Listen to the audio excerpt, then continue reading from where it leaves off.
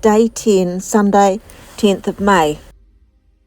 This is where we parked up last night in a rest stop just outside Prince Rupert.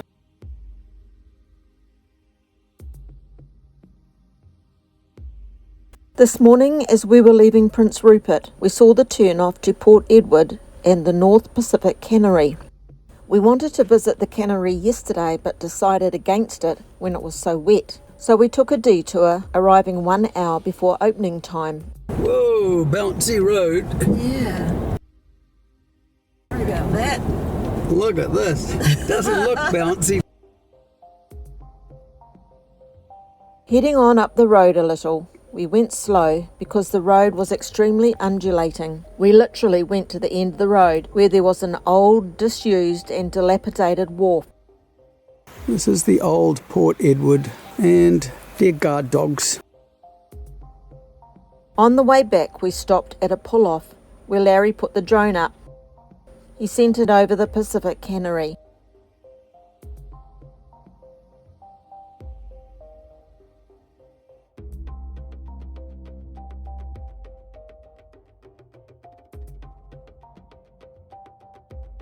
Pulling up at the North Pacific Cannery, we went inside and got senior rates to look around. We spent over an hour looking at how the cannery processed salmon years ago on the old machinery. Mechanisation altered things drastically and lots of the workers lost their jobs. A lot of the labour force came from Japan and China. They had different skills. For instance, the Japanese knew how to mend boats and nets. Mostly it was the men only who came and stayed in bunkhouses. But as time went on, some men were able to have their families join them. During World War II, when Pearl Harbor was bombed, the Japanese men were locked up in jail and their boats were confiscated. After the war, some of the men were able to return to their jobs at the cannery. We looked around all the old houses that seemed quite large and spacious. We saw a Japanese house with a huge bath in it. Apparently the Japanese like their baths, and this one had a copper heating system that sat inside to heat it. View from the cannery.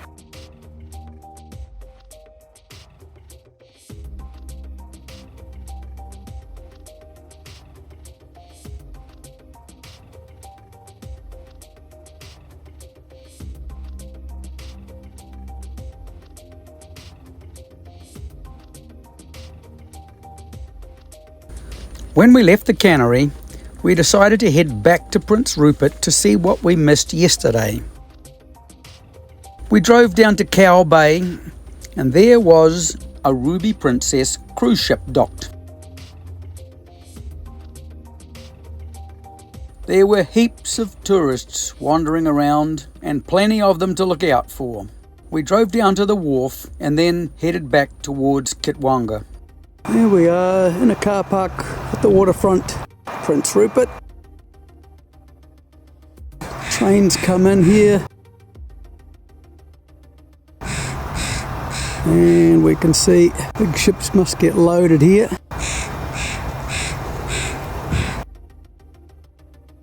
Came back into Prince Rupert because it wasn't raining. To find out that there really wasn't much to see here. There's our old laundromat we were at.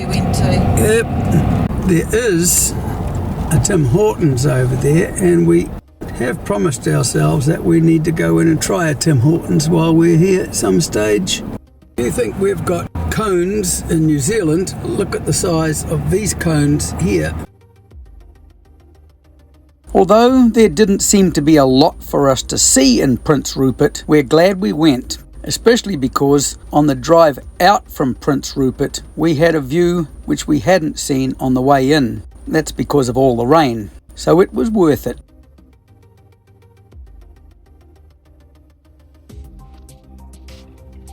Yep, there's Prince Rupert giving us a friendly farewell.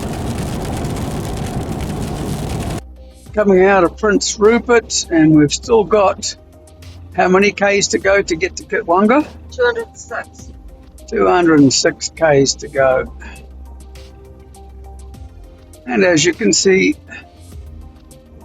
we've got liquid sunshine today.